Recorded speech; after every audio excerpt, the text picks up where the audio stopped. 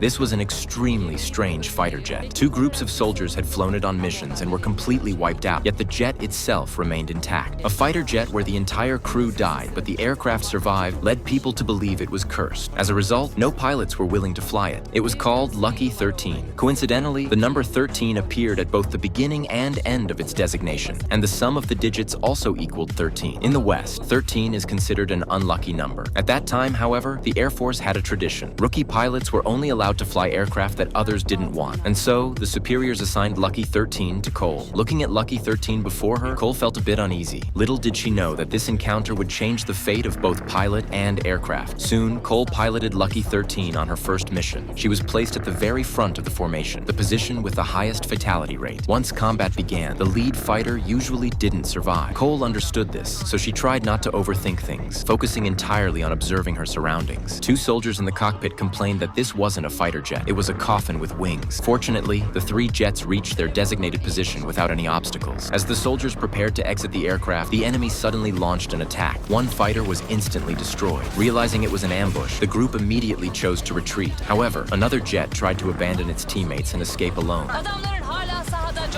No sooner had the words left their mouth than the departing jet was blown to pieces. Seeing the enemy's ferocity, Cole decisively ordered the remaining teammates to board Lucky 13. Yet just as she was about to take off, she noticed one person hadn't boarded.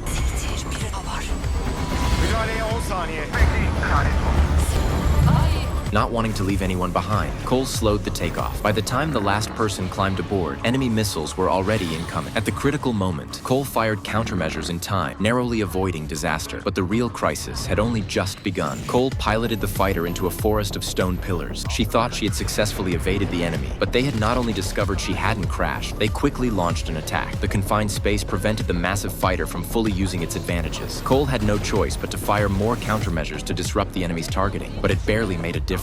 Seeing this, her co-pilot began firing a machine gun at the enemy. Unfortunately, the pillars were too dense, and the bullets couldn't hit the agile opponents. It almost trapped them instead. Thinking quickly, Cole ordered her co-pilot to shoot at the stone pillars instead.